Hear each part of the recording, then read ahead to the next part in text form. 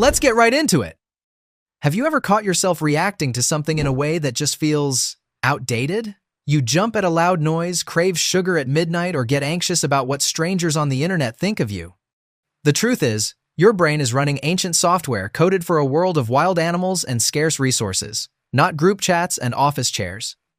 Let's unpack the weirdest instincts you still carry and why your body hasn't quite gotten the update memo. Number 7. The startle response, jumping at nothing. You're minding your business when someone drops a plate or calls your name just a little too loud. Suddenly, your heart races and your whole body jolts, like you're about to sprint for your life. This startle response is your nervous system's way of prepping you for instant action, a gift from ancestors who needed to leap away from snakes or falling rocks. But in our mostly safe, modern world, it's mostly just embarrassing. Even watching a jump scare in a movie can trigger it. Your heart doesn't know the difference between a digital monster and a real predator, so it hits the panic button just in case.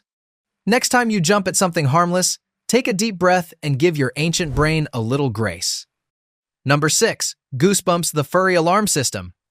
Ever get goosebumps when you're cold, scared, or even listening to a great song? That's your body trying to fluff up fur you don't actually have.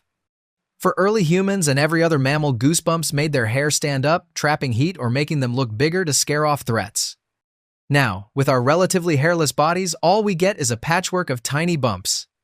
Goosebumps also show up in strong emotional moments: music, fear, awe, as if your body still hopes you'll impress someone or need to look dangerous. It's a biological echo of a time when fur was fashion and intimidation meant survival. So, the next time you shiver at a scary movie or a winter breeze, smile at your body's commitment to a look that's way out of style. Number 5. The fight or flight. Overreaction, stress in a safe world. Why does your heart pound before a big meeting or a difficult email? Why does your stomach drop in traffic? This is your fight or flight response, a rush of adrenaline, faster breathing, tensed muscles, all prepping you to run or throw down. Back when every day might have brought a lion or rival tribe, this stress reflex could mean the difference between life and death. But here's the twist. Your brain can't tell the difference between real physical threats and the social or emotional challenges that make up modern life. Public speaking, deadlines, even seeing a social media notification all can trip the same ancient alarm. Instead of sprinting or wrestling, you're just left with a jittery feeling, sleepless nights, or even chronic health problems if the stress keeps piling up. The irony? The stress response meant for emergencies now fires off all day long for things that can't be punched or outrun. Our bodies work overtime, often for no real payoff, and we end up more anxious, tired, and less able to think clearly. Knowing how your biology works is half the battle. Breathing, movement, and even just noticing what's happening can take some of the power back from this overzealous ancient instinct. Next time you're worked up over something small, pause and remember, your brain just wants to keep you safe, but you get to choose what's really worth fighting for. Number 4. The sweet tooth, a craving from scarcity.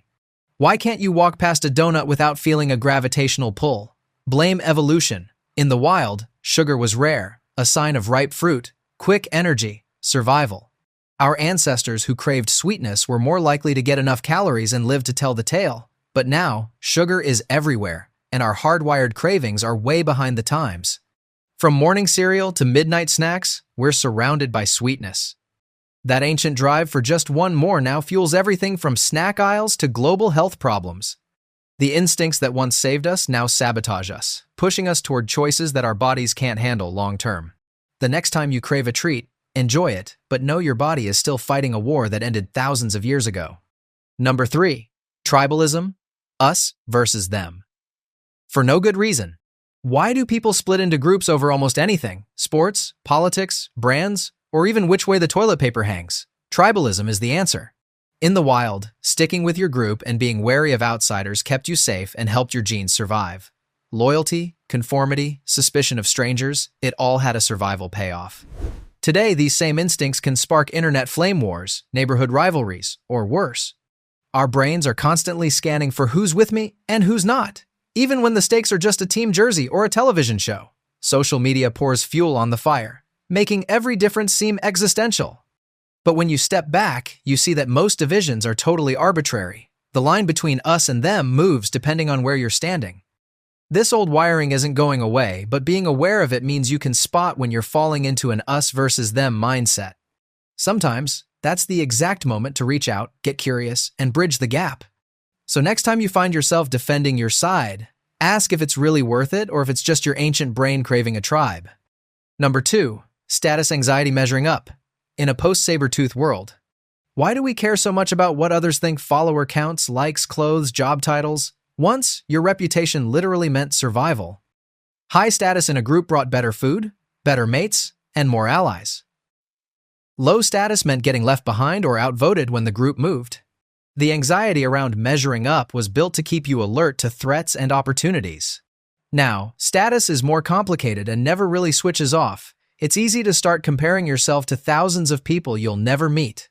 We chase shiny things, seek validation, and worry about reputations in ways that don't make sense for survival, but our brains still see it as a life or death matter.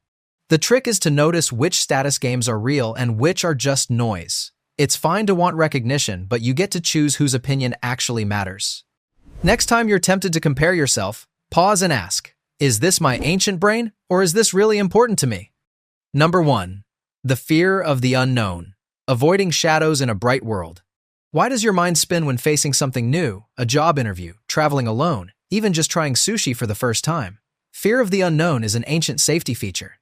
In a world full of real dangers, being wary of unfamiliar things kept our ancestors alive. If you hesitated before exploring a dark cave or eating a weird berry, your odds of surviving went way up. But in today's world, most new experiences aren't actually dangerous, they're just uncomfortable. Yet, the brain still flips the anxiety switch at anything uncertain, whether it's a new project or a new social scene. We invent worst-case scenarios, worry about what might go wrong, and sometimes end up stuck, avoiding the very things that could help us grow. Ironically, some of our greatest joys come from leaning into the unknown. Travel, friendship, art, and learning all require a little risk. The trick is recognizing that your brain is just doing its very old job, but you have the ability to question it and move forward anyway. Next time you feel that twinge of anxiety at something new, see if you can smile at your ancient instincts and take a step forward anyway. The instincts that once kept us alive now make us quirky, anxious, and even a little ridiculous sometimes. If you find this stuff fascinating, hit that subscribe button and join the club of curious minds learning to outsmart their old programming. Stay weird, stay brave, and let your instincts remind you how far we've come.